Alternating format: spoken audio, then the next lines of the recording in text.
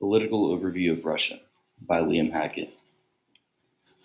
The political overview of Russia is made up of a semi-presidential system which is divided between the president, the parliament, and the prime minister, and Putin oversees everything.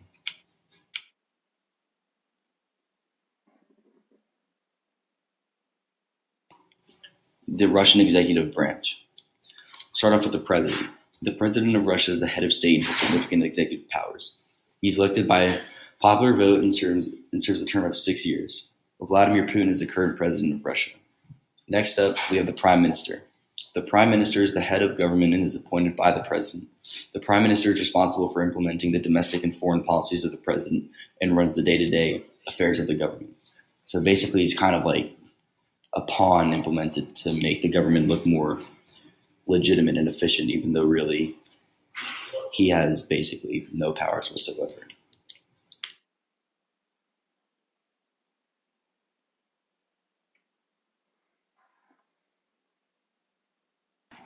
Now we have the legislative branch.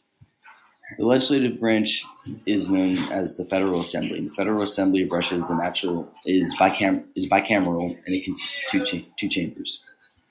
First is the State Duma, which is also known as the lower house. Members of the Duma are basically elected by proportional representation, and they're elected for a term of 5 years. And the Duma is responsible for passing several laws, and it approves the congressional budget. Next is the Federation Council, which is known as the upper house.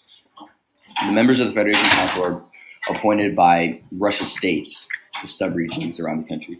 And each of the regions are represented by 2 members in the Federal Assembly.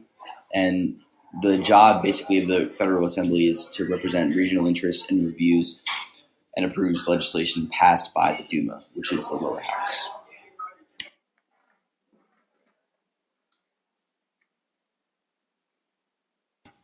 Next and lastly, we have the judicial branch. This is made up of 3 parts: the Constitutional Court, the Supreme Court, and the Office of the Prosecutor General.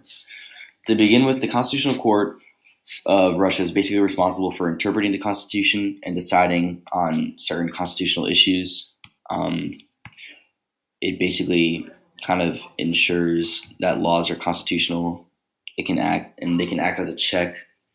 It's like a checks and balances system for the legislative and executive branches, even though really Putin oversees everything, so the Constitutional Court is really also just put in place there to, I guess now it's put in place just to kind of act as a more legitimate part of the government to make the people believe that the government's actually running efficiently, even though really Putin's overseeing everything. Next, we have the Supreme Court.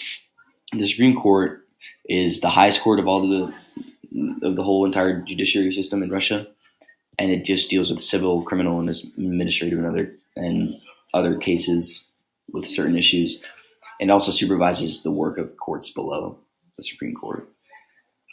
Next and lastly, we have the Office of the Prosecutor General.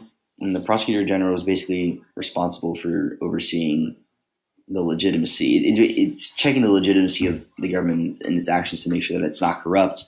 And they can initiate investigations, although if they really did their job properly, Putin would have been in jail a long time ago. So clearly they're corrupt and they do not actually do their job properly to check on Putin's actions or just the government in general, especially the United Russia Party.